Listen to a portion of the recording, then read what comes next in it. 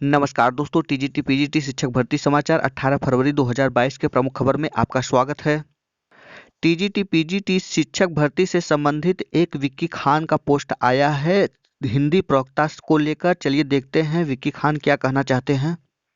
विज्ञापन वर्ष 2021 प्रवक्ता हिंदी के समस्त चयनित भाइयों बहनों को सूचित करना चाहूँगा कि प्रतियोगी मोर्चा का पूरा प्रयास है कि 18 तारीख को शाम तक प्रवक्ता हिंदी का विद्यालय आवंटन एवं संशोधित पैनल जारी हो सके तथा चयन बोर्ड द्वारा पूर्व में जारी किया गया स्थगन आदेश निरस्त हो सके। इसलिए मैं लगातार प्रयास कर रहा हूं और यह विषय मेरे स्वयं की प्रतिष्ठा का प्रश्न बन चुका है। आप लोग मुझ पर भरोसा रखिए और निश्चिंत रहिए।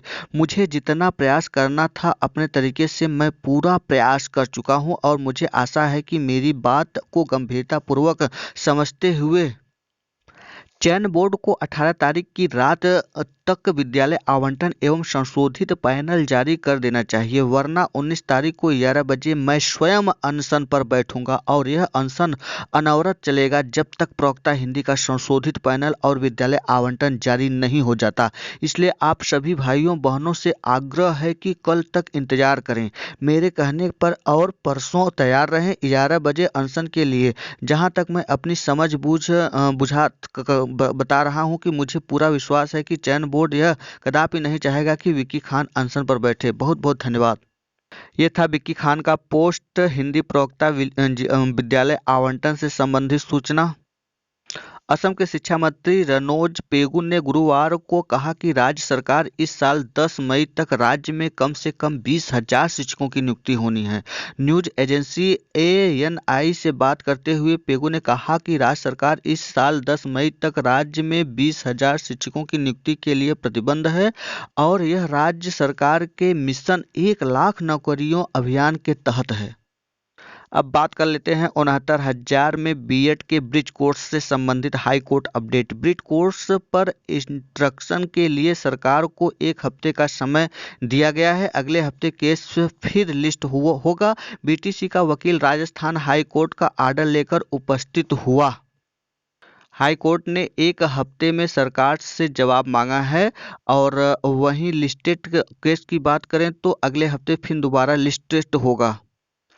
यूपीएससी सिविल सेवा परीक्षा 2022 के अभ्यर्थियों के लिए बड़ी खुशखबरी है। संघ लोक सेवा आयोग ने सिविल सेवा परीक्षा 2022 की मौजूदा 861 वैकेंसी में इंडियन रेलवे मैनेजमेंट सर्विस की 150 रिक्तियों को भी शामिल कर लिया है। यानी अब सिविल सेवा परीक्षा 2022 के जरिए कुल 1011 पदों पर भर्ती होगी। यूपीएससी ने 2 फरवरी को सिविल सेवा परीक्षा 2022 का जो नोटिफिकेशन जारी किया था उसमें 861 वैकेंसी ही थी।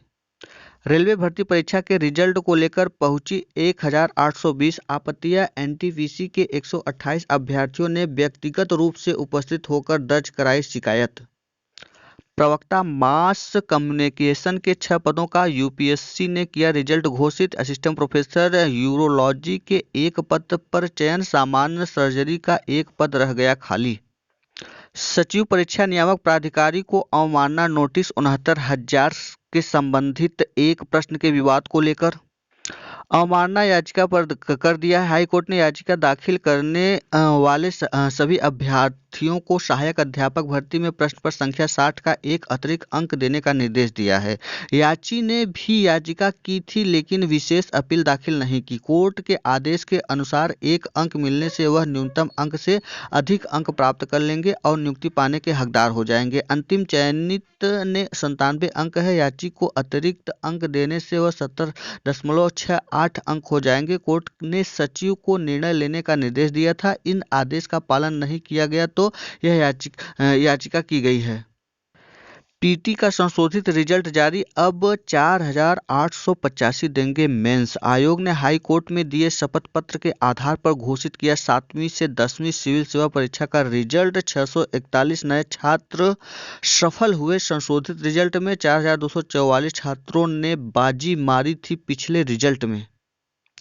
यूपी बोर्ड परीक्षा फॉर्म में लगी 2,344 छात्रों की फोटो पर संदेह। धूमिल फोटो के सहारे बोर्ड परीक्षा में फर्जीवाड़ा करने की कोशिश। 28 फरवरी तक स्पष्ट फोटो वेबसाइट पर अपलोड कराने के निर्देश। लापरवाही करने पर नहीं मिलेंगे प्रवेश पत्र।